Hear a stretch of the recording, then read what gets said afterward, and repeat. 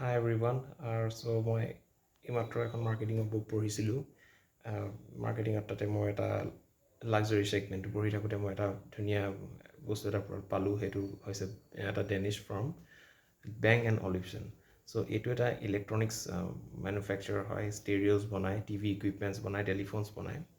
চ' ইহঁতৰ মানে ইহঁতি মানে প্ৰডাক্টছবোৰ ইমানেই ধুনীয়া বনায় আৰু ইমানেই ফেণ্টাষ্টিক বনায় যে 1992ত বনোৱা প্ৰডাক্টটো 20 বছৰ পাছতো যিমানটো দামত তাহাঁতি প্ৰথম বিক্ৰী কৰিছিলে সেই দামৰ ডাবল দামত বিক্ৰী হয় 20 বছৰ পাছতো। সেইটো এটা চবতকৈ ইণ্টাৰেষ্টিং কথা ফাৰ্ষ্ট অফ অল।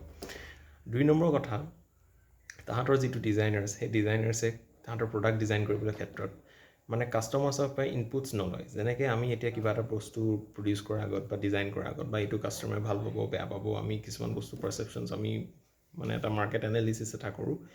সেই ধৰণৰ কোনো ধৰণৰ তাহাঁতি কাষ্টমাৰ্ছৰ পৰা তেনেকুৱা ধৰণৰ এটা মানে আগতে ৰাফ আইডিয়া এটা মানে ল'ব নোখোজে। তথাপি তাহাঁতৰ প্ৰডাক্টছ মানুহে একচেপ্ট কৰে আৰু বহুত বছৰ পাছলৈকে একচেপ্ট কৰে। 3 নম্বৰ কথা, আমাৰ নিউয়ৰ্কত এটা বহুত ডাঙৰ মিউজিয়াম আছে, MoMA, museum of modern art.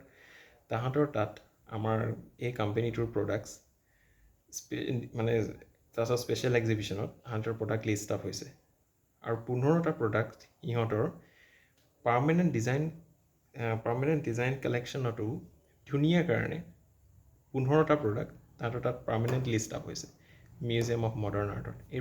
এই কোম্পেনীটোৰ product such a beautiful brand, such excellence. মানে এইটো বহুত ভাল লাগিল, মোৰ শ্বেয়াৰ কৰিব মন গ'ল। Thank U.